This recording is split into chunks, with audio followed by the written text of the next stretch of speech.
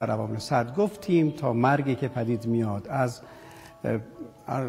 بیرون فراخوان کردن خون به بیرون گفتیم تا حالت پرخاش و هجوم و حمله و آیا ما میتونیم پیشگیری بکنیم از بروز این عوامل نفسانی سرد یا گرم؟ بله.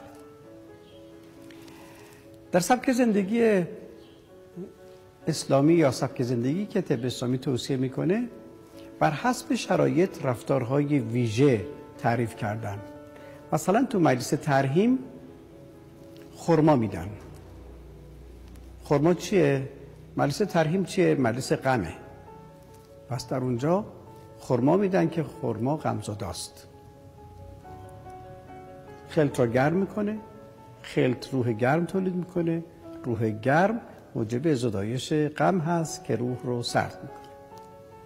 یا اسفند دود میکنن. در مراسم وداع، در مراسم بدرقه که فرصت فراغ هست، دوری هست، چه کسی که به سفر میره، چه کسی که فرد از دامن او به سفر میره، هر دو دچار فراغ میشن، دوری و غم.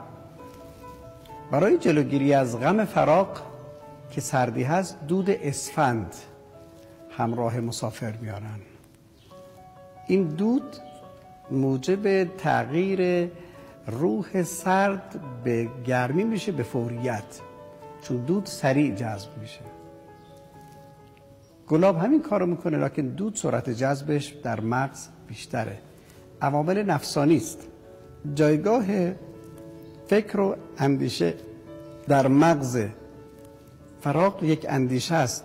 در این جدایی چه اتفاق خواهد افتاد؟ کجا خواهد رفت؟ کی برمیگرده؟ آیا حادثه براش اتفاق میفته یا نمیفته؟ چگونه اگر حادثه اتفاق افتاد من میتونم به او کمک کنم؟ اینها همه تراوشات اندیشه است که منفی بافی میکنه پشت سر هم. برای اینکه جلوی این اندیشه سر رو بگیره مغز رو گرم میکنه با دود اسفند، با عطر، با دود کندر، با خوراک گرمی.